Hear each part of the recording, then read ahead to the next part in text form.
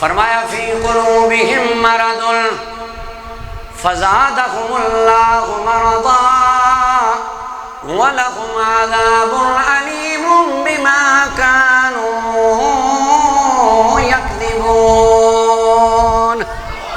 خلاق کائنات قرآن اعلان فرما رہے ہیں یہ جڑے میرے یار دی شان دے منکر نے، فرمایا انہاں دے دلاں دے اندر بیماری ہے، انہاں دے دلاں دے اندر کھوٹ ہے، انہاں دے دل خراب نے۔ اللہ ہن کی ہوئے گا؟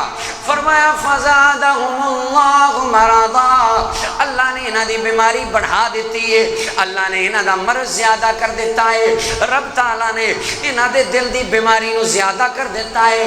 اللہ تو علی کل شیء قدیر ہے، اللہ تو خلاق کائنات ہے، رب العالمین ہے، سارے بندیاں نو تو پیدا فرمان والا ہے۔ اللہ کٹانا چاہیے یا اللہ ودانا نہیں چاہیے، اللہ تینوں تے ٹھیک کرنا چاہیے، اضافہ نہیں فرمانا چاہیے۔ خلاق کائنات نے فرمایا انہاں دا مرض نہیں، انہاں نو حسد دی بیماری ہے، انہاں دے سینیاں دے اندر حسد ہے۔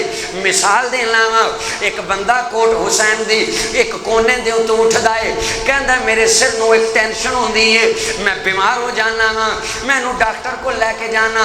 وہ کہندا ڈاکٹر صاحب جدوں کوٹ حسین دے بڑے بازار وچوں گڈیاں لگدیاں نے، مین روڈ تے بساں چلدیاں نے تے میری طبیعت خراب ہو جاندی ہے، لہذا انج کرو سڑکاں بند کرا دیو، گڈیاں بند کرا دیو، انہاں سڑکاں تو کدی قیامت تک کو گڈی نہ لنگے، بس نہ لنگے تے میں ٹھیک ہو جاواں گا۔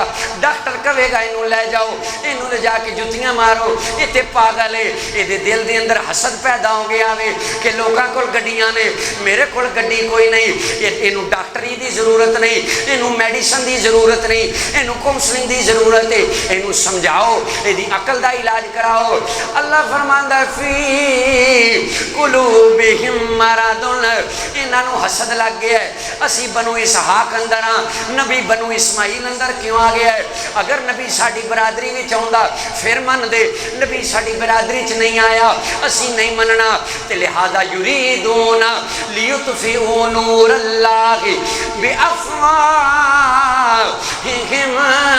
اللہ فرماندا ہے چاہندے نے میرا یار قتل ہو جائے، میرا یار شہید ہو جائے، دین بھی مٹ جائے، میرا یار بھی مٹ جائے، پر اے مدینے دیو منافقو، اے مدینے دیو یہودیو، واللہ متم نورہ ولو کرہ الکافرون۔ جویں جویں ویڑا لگدا جائے گا تہاڈی بیماری ودتی جائے گی۔ یا اللہ او کیویں؟ اللہ فرمایا میں اپنے یار دیاں شاناں زیادہ کردا جاواں گا۔